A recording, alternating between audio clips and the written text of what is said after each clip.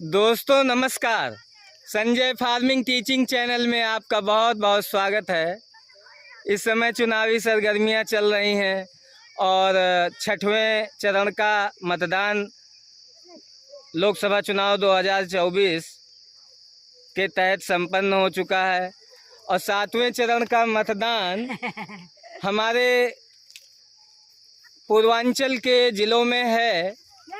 वैसे तो अगर हम बात करें तो पूरे भारत में 70% आबादी कृषि और पशुपालन से जुड़ी हुई है और अगर हम इसको यूं कहें कि कृषि और पशुपालन एक दूसरे के पूरक हैं, एक के बिना दूसरे की कल्पना ही नहीं की जा सकती है। भारत में ये जो 70% आबादी कृषि से जुड़ी हुई है और पशुपालन से जुड़ी हुई है, इसने कृषि और पशुपालन को स्वरोजगार के तहत अपना रखा है।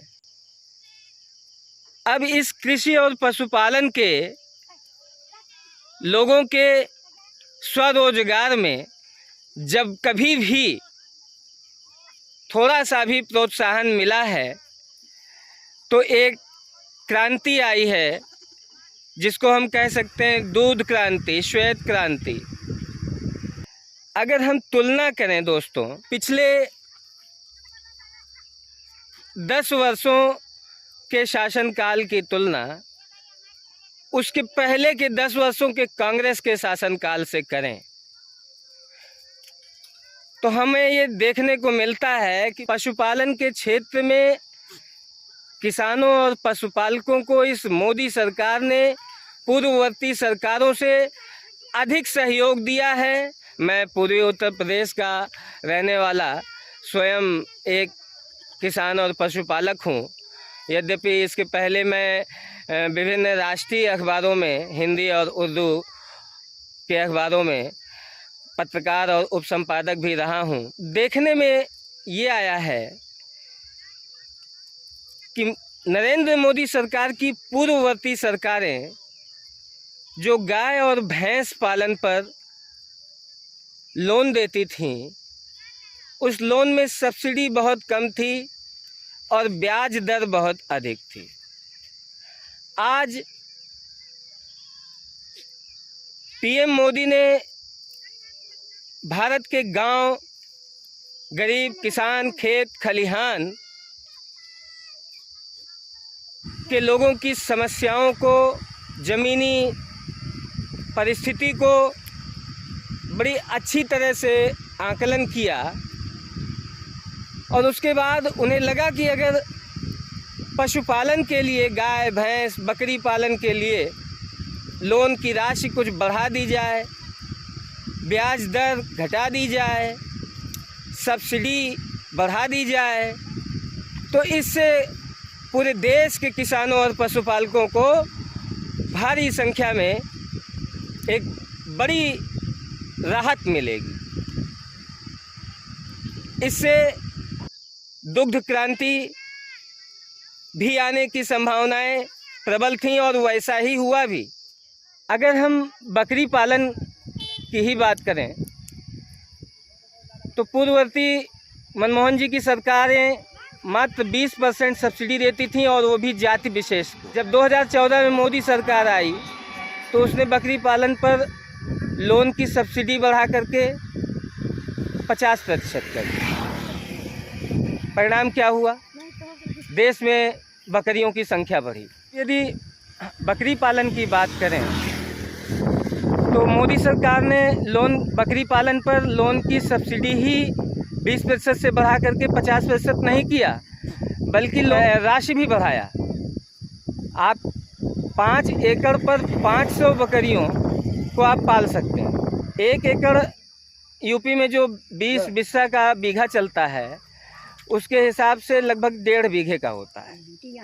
अर्थात यदि आपके पास 1.5 बीघा भूमि है तो आप 100 बकरियों से अपना बकरी पालन स्टार्ट कर सकते हैं और उसमें मोदी सरकार आपको जो लोन दे रही है, 100 बकरियों पे जो आपको लोन मिल रहा है वो लगभग 20 लाख रुपए है, जिसमें कि सिर्फ आपको 10 लाख रुपए जमा करने हैं, 10 लाख रुपए ये मोदी सरकार आपको छूट दे रही है, वो आपको नहीं जमा करने हैं। मोदी सरकार ने गाय भैंस के पालन पर जो लोन की योजनाएं थीं, उनमें भी लोन की राशि बढ़ाया, सब्सिडी बढ़ाया।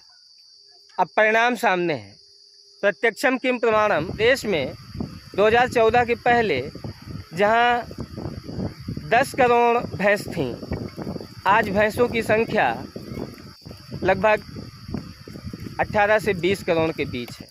बकरियों की संख्या 13 करोड़ थी, वो संख्या इस समय 23-24 करोड़ के लगभग पहुंच गई है। तो गाय भैंस बकरी भेड़ आदि की संख्या का देश में जंप मार देना, ये इस बात का प्रमाण है कि दूध का उत्पादन भी डेढ़ा और दुगना हुआ है, पशुपालकों की आय भी बढ़ी है। इसके अलावा मनरेगा के तहत, हम मानते हैं ये मनरेगा पूर्ववर्ती सरकार की चलाई हुई योजना है, लेकिन इस योजना के तहत पशुपालकों को टीन शेड के लिए कोई सहायता सरकार नहीं देती थी। जब मोदी सरकार आई तो इसने मनरेगा में प्राविधान बनाया कि यदि पशुपालक के पास पशुशाला के लिए, पशुशाला में टीन छाने के लिए धन नहीं है, तो मनरेगा के तहत उसको सहायता राशि दी जाएगी, विशेष रूप से बकरी पालन के क्षेत्र में। इसीलिए बकरी पालन हो या गाय भैंस पालन हो, इनके पालने वालों की आय भी बढ़ी। अब आप सोच रहे होंगे कि मैं पीएम मोदी सरकार की कृषि और पशुपालकों के लिए चलाई जाने वाली योजनाओं की चर्चा क्यों कर रहा हूँ। बात यह है कि भारत एक कृषि प्रधान देश है, और फिर एक ऐसा देश जहाँ की 70% आबादी कृषि और पशुपालन से जुड़ी हो, और विशेष रूप से ग्रामीण लोकसभा क्षेत्रों में लगभग 1000 मतदाताओं पर एक बूथ का गठन होता है। और जब हम उन 1000 मतदाताओं के व्यवसाय या आजीविका पर निगाह डालते हैं तो उनमें लगभग सभी पशुपालक होते हैं या कृषि कार्य से जुड़े होते हैं। शहरों में रहने वाली 25 से 30% आबादी वो भले ही कृषि कार्य में नहीं जुड़ी है, लेकिन एक बड़ी संख्या जिसको हम 60 से 70% मान सकते हैं, कृषि और पशुपालन से जुड़ी है। ऐसे में भारत जैसे कृषि प्रधान देश में सरकार की कृषि और पशुपालकों के लिए चलाई जाने वाली हितकारी योजनाओं की चर्चा ना हो तो मैं समझता हूं कि फिर ये एक प्रकार से बेईमानी होगी। अगर हम बकरी पालकों की संख्या का भारत में जो वितरण है, जो मौजूदगी है, उसको देखें तो प्रत्येक बूथ पर, जिस पर कि लगभग 1 से 1,500 मतदाता हैं, उनमें 200 लोग बकरी पालन से जुड़े हैं। एक ओबीसी और एससी एसटी की एक बड़ी आबादी बकरी पालन पसंद करती है और वो इससे अपनी आजीविका चलाती है, अपने खर्च चलाती है। दूसरी तरफ हम देखें तो जो जनरल आबादी है, सामान्य आबादी है, जिसको हम सवर्ण आबादी भी कहते हैं, वो गाय और भैंस के पालन को पसंद करती है और गाय भैंस के पालन में अपनी आजीविका संचालित करती है। मैं जहाँ तक मेरी व्यक्तिगत बात है तो मैं आपको स्पष्ट बता दूं कि मैंने पीएम मोदी सरकार की किसानों और पशुपालकों के लिए चलाई जा रही किसी भी योजना से ना तो कोई ऋण लिया है, ना भविष्य में कोई योजना है ऋण लेने की। लेकिन मैं ये देख रहा हूं कि पूर्वांचल हो, पंजाब हो, हरियाणा हो, या वो झारखंड हो, या वो छत्तीसगढ़ हो, मतदाताओं का एक बड़ा प्रतिशत पशुपालन से जुड़ा हुआ है। ऐसे में आज जब हमारे पूर्वांचल के जिलों में, पूर्वी भारत के जिलों में मतदान का 7वां चरण आज 1 जून को चल रहा है, तो मेरी किसानों और पशुपालकों से अपील है कि जब आप बूथ पर जाएं तो इस बात का जरूर ध्यान रखें कि किस नेता ने या किस पार्टी ने अच्छी अच्छी कृषि योजनाएं चलाई, आपको किसान सम्मान निधि के रूप में साल में 2 बार 6-6 हजार रुपए, कुल 12,000 रुपए दिया, जबकि इसके पहले की सरकारों ने 6 रुपए भी नहीं दिया।